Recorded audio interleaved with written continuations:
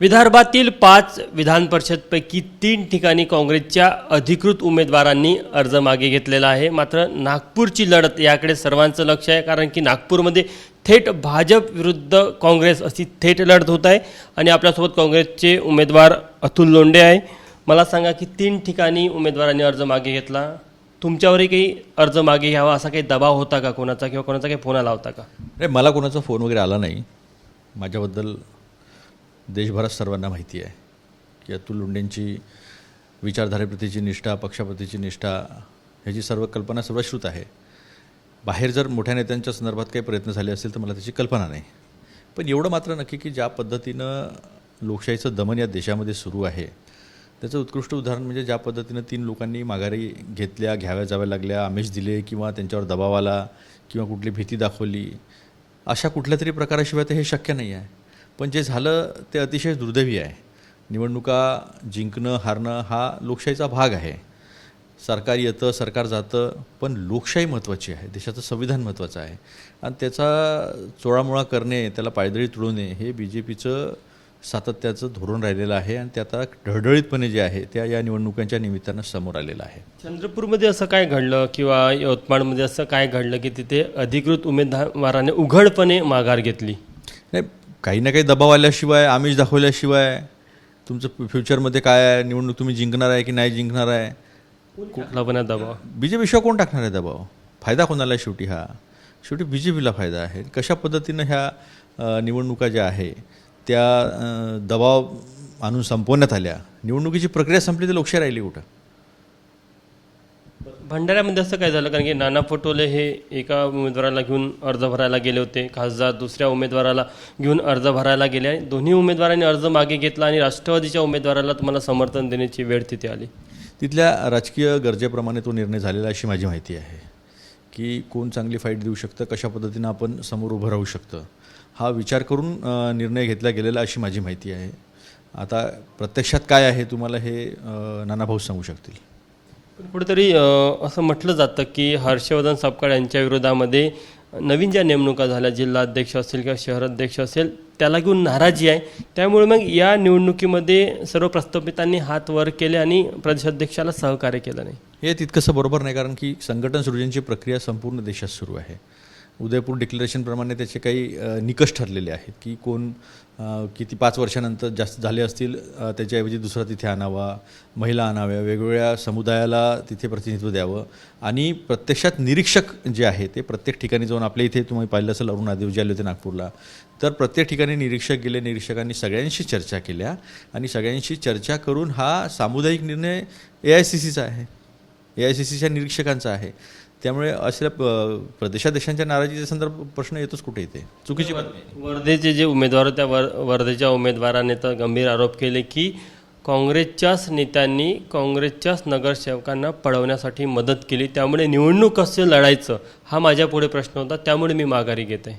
नाही, मला असं वाटतं की माघार घेणं अतिशय चुकीचं आहे। काँग्रेसच्या नेत्यांनी पळवलं वगैरे हे आरोप नंतरचे आहे। असं होतं त्यांनी पक्षश्रेष्ठींना कळवायला पाहिजे नव्हतं की इथे असं असं सुरू आहे, आम्ही रोज पक्षश्रेष्ठींशी बोलतो की इथे अशी परिस्थिती आहे, तिथे तशी परिस्थिती आहे, त्यांना ते सांगता आलं असतं। तुम्ही माघार घेतली आणि माघार घेतल्यानंतर जर तुम्ही कुठलं कारण देत असाल तर ते कारण कितीसं ॲक्सेप्टेबल राहील? बरं, या संपूर्ण प्रकरणाची चौकशी सुरू झाली आहे की कोणी दगाबाजी केली, कोणी पक्षाची गद्दारी केली? नक्की चौकशी तर सुरू झालीच आहे ना, कोणी काय केलं, कोणी कसं केलं, कारण शेवटी पक्षाच्या प्रतिष्ठेचा प्रश्न आहे। पक्षानं अधिकृत तुम्हाला उमेदवारी दिली असताना अशा पद्धतीनं जर वागणं असेल तर पक्ष त्याच्यावर नक्कीच गंभीर दखल घेऊन त्याच्यावर कारवाई होईलच। काय कारण आहे की 3 ठिकाणी उमेदवारांनी अर्ज मागे घेतला, प्रदेशाध्यक्षाचं नियंत्रण नाही अशी चर्चा आहे? जनतेच्या खिशातून टॅक्सच्या संदर्भात काढलेले जे पैसे ते कुठे टाकायचा हा प्रश्न निर्माण झाला ना BJPला। पेट्रोल, क्रूड ऑइल स्वस्त आहे आजही, 2014च्या पूर्वी ते $111 होतं, आताही ते $97 आहे, तरी पण मग 100च्या वरती आणि का आहे आणि का सातत्याने किमती वाढतात आहे। गॅसही ते यातनंच बनतं आहे, मग गॅसचा रेट का बरं 1000च्या वरती गेला, कमर्शियल सिलेंडर 3200 रुपयापर्यंत का गेलं?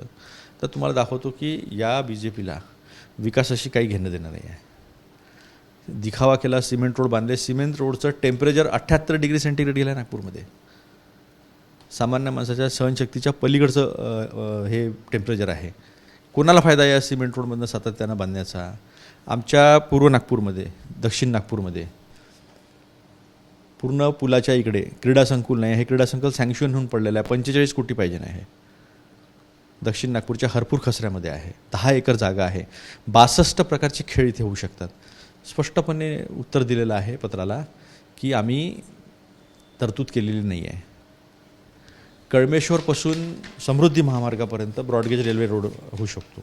संत्रा असेल, सोयाबीन असेल, इकडं या पट्ट्यातला धान असेल, मौद्या पट्ट्यातला, त्याला चांगली मागणी मिळू शकते, त्याला चांगला मार्केट मिळू शकतं, लॉजिस्टिक हब तयार होऊ शकतो.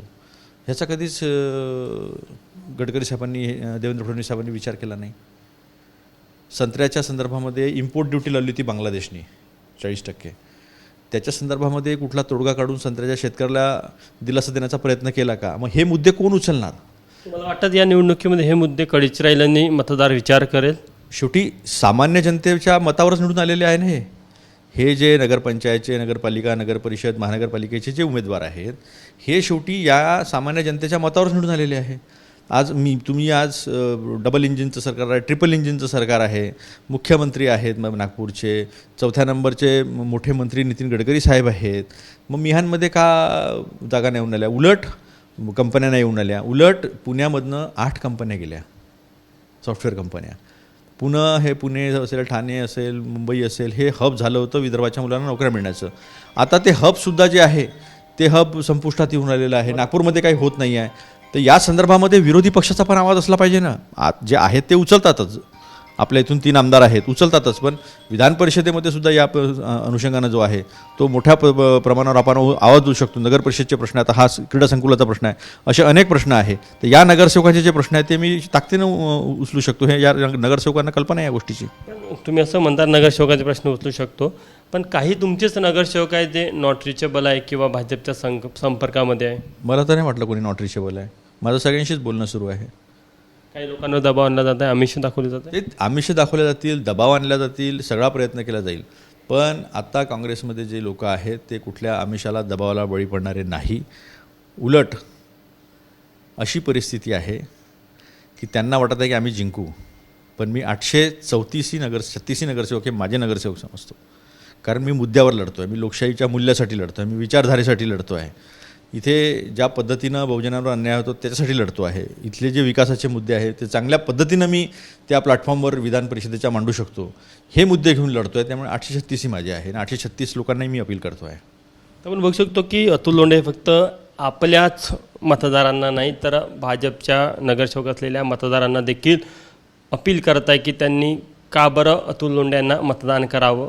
सोबतच विदर्भामध्ये ज्या 3 ठिकाणी काँग्रेसच्या अधिकृत उमेदवारांनी आपले अर्ज वापस घेतले त्यांची चौकशी देखील सुरू झाल्याचं अतुल लोंढे यांनी सांगितलं आहे. त्यामुळे निश्चितच आता पुढील काळामध्ये जिथे निवडणुकी होत आहे तिथे तर सर्वांचं लक्ष असणार आहे. पण ज्या ठिकाणी अधिकृत उमेदवारांनी काँग्रेसच्या अर्ज मागे घेतले तिथे देखील काय कारवाई केली जाते आणि कोणावर कारवाई केली जाते हे बघणं महत्त्वाचं असणार आहे.